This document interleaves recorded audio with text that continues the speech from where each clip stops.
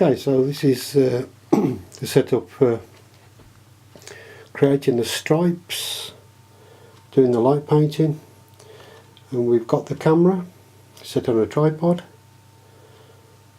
Then we've got a chair, and on the chair we've got a black cloth, and on the black cloth we've got the crystal ball. So that's the main part of equipment that you will need, the crystal ball. And it's raised just a little bit on a chair. To make the crystal ball stay there, it's actually, I've placed it on a key ring. If you get the ring off a key ring, the little round ring, and place underneath that, it just stops it from rolling. Or anything similar. Paper clip bent round will do the same thing. So it just allows you to keep the ball still. You can place it on glass if you want. You can get the effect and get a reflection. So you could put glass on the black background. So we just got the background draped over the chair. So that's the general setup. Now what we do, obviously, when we take the picture, it's going to be in the dark. So with your camera, we set the camera first of all to autofocus, and we focus on the ball. Then you switch, once you've got the focus, switch your lens to manual focus. And doing that, it means that the lens won't creep anywhere, because when we turn the light off and you press the button, you're not going to get a shot, because it's going to try and focus if you haven't set it to manual focus. So that's important. Set your camera to manual focus. Once you've got your focus in place, obviously nothing's going to move, and we've got the ball there.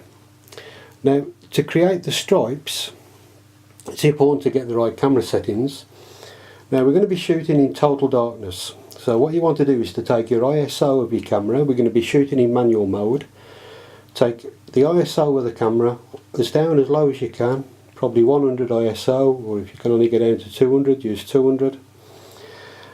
But the lower the better. And I would try with an aperture of about f7.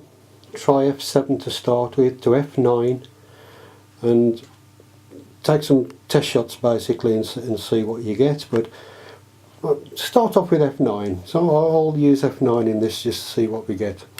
So I'm going to set to f9, and I'm going to set it to 10 seconds. So in manual mode we're 10 seconds at f9 in 100 ISO.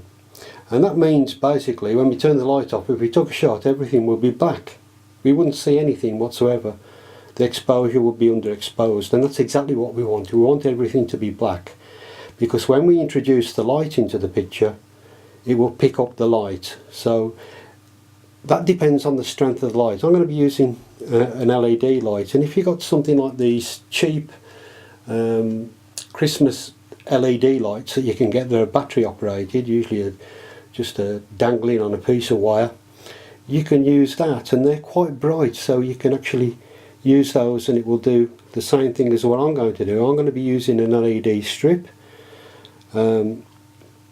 which I will show you in a moment if I can, because I'm actually using it to light this at the moment, so it may go a bit dark. So I'm using this LED light. So it's just a strip light with LEDs on. And what I'll be doing, and I'm going to be moving this fairly fast. When I've turned the lights off, I'll take the shot and I'll move this fairly fast across the back. It's usually a good idea to move in a straight motion from left to right or right to left, doesn't matter which. Just one movement straight across, keeping it fairly close to the ball without knocking it, because you don't want to move the ball. And you'll find then you'll get quite a good effect. So let's put that into use. So we're working in the dark now. All I'm working with is this strip light that I've got here. So that's the strip light. I'm going to go down to my camera.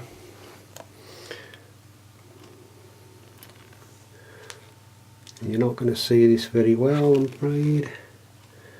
But there's the camera. And I'm going to press the button on the camera. We move that across behind that. Okay?